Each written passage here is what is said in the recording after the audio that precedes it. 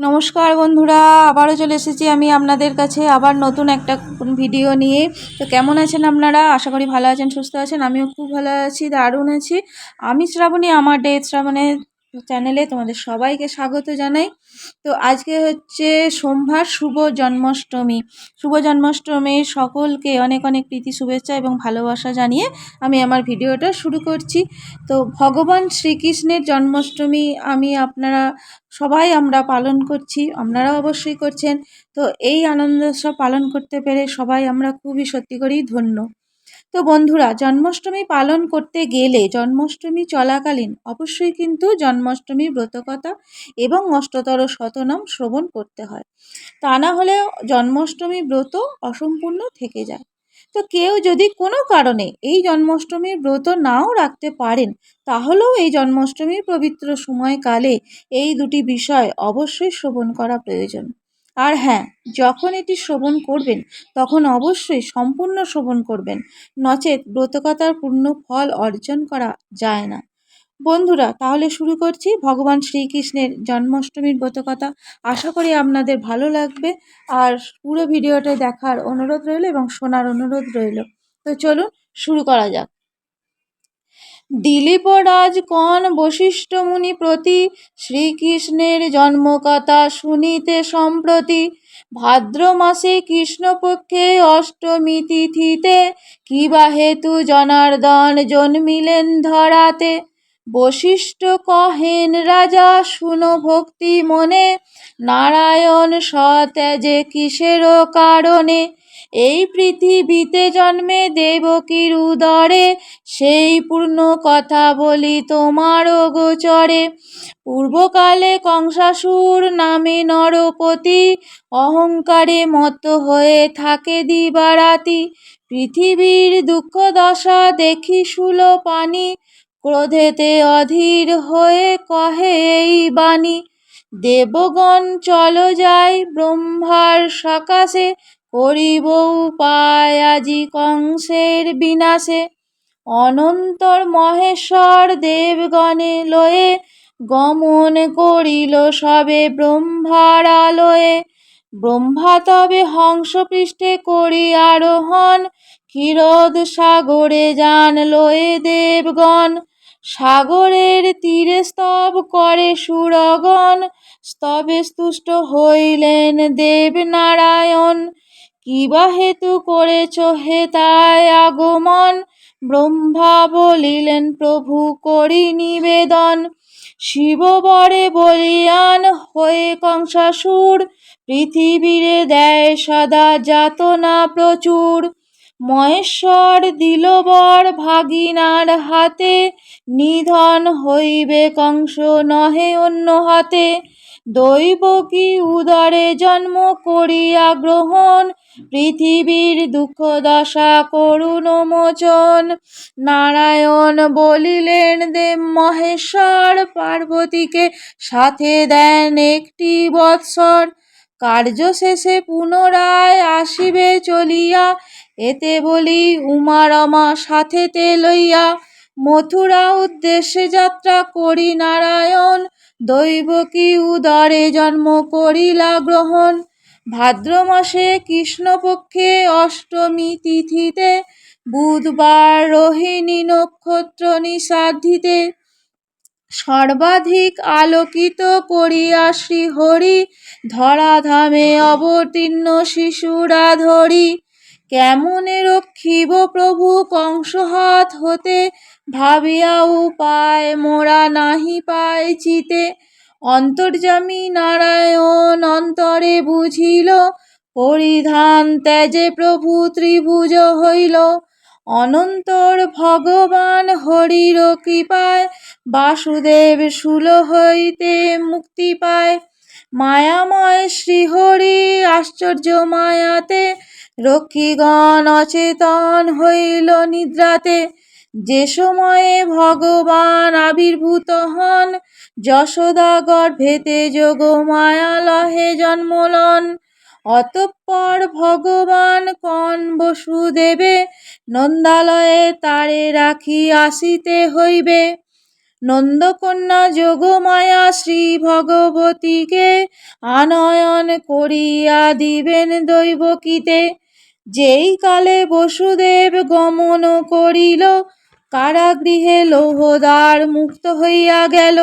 মন্দ মেঘ গণ্যে গর্জন, মৃদু মন্দ বৃষ্টিধারা হে পতন। স্বয়ং অনন্তদেব সর্পরূপে ধরি, বাড়ি নিবারণের জন্য কৃষ্ণ শীর্ষা করি। ছত্রের মতো ফনা করিয়া ধারণ, শ্রী বসুদেবের সাথে তিনি করেন গমন। এইভাবে বসুদেব যাইতে লাগিল, যমুনার তটে আসি উপস্থিত হইল। দুকুলে বহিছে বান, বসুদেব ভাবে, কেমনে হইব পার গোকুলে যাইবে। হায় কি করিব বসুদেব কাঁদিতে লাগিল, অন্তর্যামী নারায়ণ অন্তরে জানিল। দেখিতে দেখিতে জল আসিল কমিয়া, শিবারূপে পার হয়ে যায় মহামায়া। শিবার পশ্চাৎ ধরি বসুদেব যান, মায়া করি বাড়ি মধ্যে পড়ে ভগবান। বসুদেব কাঁদে পুনঃ শিরে হাত দিয়া, জলক্রীড়া করে কৃষ্ণ যমুনা লইয়া। যমুনার পুরে সাধ কৃষ্ণকে পাইয়া, কিছুক্ষণ পরে কৃষ্ণ উঠিল ভাসিয়া। সানন্দে বসুদেব তুলি নিয়া কোলে, যমুনা হইয়া পার আসিল গোকুলে। অন্তর বসুদেব আসিন্দালয়ে, যশোদা নিকটে দেখিল কন্যা আছে শুয়ে। মহামায়া প্রভাবিতে গোপীগণ যত, কেহ কিছু নাহি জানে সবে নিদ্রারত। যশোদাও পুত্র কিছু না বুঝেছে সবে, জানে কোন দেবরূপী জনম লোভেছে। যোগমায়া রূপী দৈবকীকে দিয়া, বন্ধন স্থানেতে বসু আসিন চলিয়া। যোগমায়া প্রভাবে পুনঃ বন্ধন ঘটিল, কারাগৃহ পুনরায় আবদ্ধ হইল। মহামায়া সদ্যজাতা শিশুর মতন, ক্রন্দন করিবা মাত্র জাগে রক্ষীগণ। এক রক্ষী কংসাপাশে করিয়া গমন, দৈবকী প্রসব শিশু করে নিবেদন। বিদিত হইয়া আসি কারাগারে, দেখিল দৈবকী কোলে কন্যা আছে শুয়ে। ক্রোধে কংস ধরিবারে উদ্যত শিশুরে, দৈবকী কন্যাকে হন জড়াইয়ে ধরে। অশ্রুসিক্ত আঁখি নিয়ে বলে বারবার, প্রাণ ভিক্ষা দাও রাজা কন্যারে আমার। না শুনিয়া তার কথা পাপরূপী কংস, শিশুরে করিতে চায় চিরতরে ধ্বংস। ধরিয়া শিশুর পদ ঊর্ধ্বতে তুলিল, শিলাপৃষ্ঠে লক্ষ্য করি নিক্ষেপ করিল। কিন্তু সেই শিশু কন্যা কংস হাত হতে, আরো ঊর্ধ্বে যায় উঠে না পারে শিলাতে। কন্যা অষ্টভুজা হন মহাদেবী রূপে, বলেন বচন দুরাচার কংস ভূপে। দুষ্ট দুরাচার কংস শুনো রে বচন, কি বা লাভ হবে বিধি আমার জীবন। তোর শত্রু যিনি তিনি বালক রূপেতে, দিনে দিনে বর্ধিত হচ্ছে গোকুলেতে। অতএব নির্দোষী দৈবক বসুদেবে, হিংসা করি উভয়ের কি বা ফল হবে।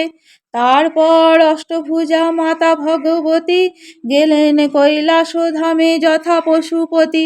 মহঙ্গক্ত কংস করিয়া শ্রবণ, চিন্তান্বিত হয়ে ওঠে মথুরা রাজন। কৃষ্ণ মারিবারে কংস বহু চেষ্টা করে, কিন্তু কিছুতেই কংস তাহা নাহি পারে। অবশেষে ধনুর্যজ্ঞ করে আয়োজন, কৃষ্ণ বলরামে কংস করে আমন্ত্রণ।